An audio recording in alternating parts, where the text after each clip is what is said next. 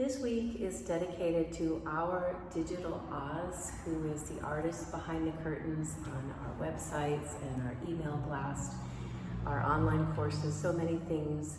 And her name is Beverly. And she just told me a story of an adventure that she raised her hand and signed up for. And so we're dedicating this teaching to her. You are the hero. You are the heroine of your story, your great life adventure. Starting with a quote by Joseph Campbell. The big question is, are you going to say a hearty yes to your life's adventure? And I ask you that today as part of our spiritual practices, that we get off the couch of comfort and that we take risk and that we engage in life and that we raise our hand to go towards that mountain, that we fall in love and we enter relationships and we adopt little fuzzy animals that we love, and in all of the different small and bigger parts of our life, we can see how every aspect of those things is part of us living an adventure. And as I think about that and really share with my students and clients about this idea of taking risk and seeing life as a great adventure and yourself as a hero or the star of your story, it reminds me of a few beautiful stories I tell here in yoga, and one is the story of Hanuman. So in conference, when you watch the longer conference, I'm going to tell the story of Hanuman, the mischievous monkey, and how the gods took his superpowers away and gave them back to him only if he could have them, but not remember.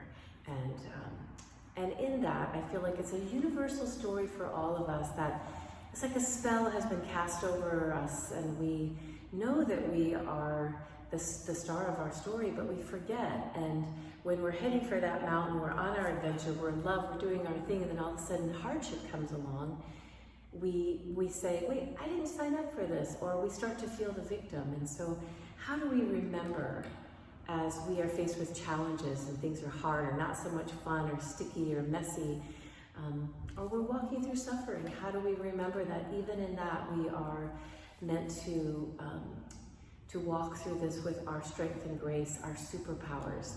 And I have the Nacharaj behind me today because, as well in the story of the Nacharaj, he has his foot standing on this little creature that is a demon. And if you'll remember, the demon is a demon of forgetfulness. And what he wants you to forget is that you're divine, that you're golden, that you have everything you need to walk through the journey of life. And so Shiva's stepping on him to demonstrate that he's conquered this demon, to basically say to us, you've got this. And so I feel as well, it's an honor to be a yoga teacher, to be a spiritual teacher on your path. And so part of what I feel I am called to do as your teacher is to remind you, to be part of the reminder that you're golden, to be part of the reminder that, hey, you're divine, to be the reminder that says, remember, you're the star of the story and you're the writer of this story. How do you want to write it? But I also feel like there are other things that remind us. In the story of Hanuman, people would sing the Hanuman Chalisa, and that evoked and would awaken that memory of like your greatness. And so I asked my students, like, what do you do?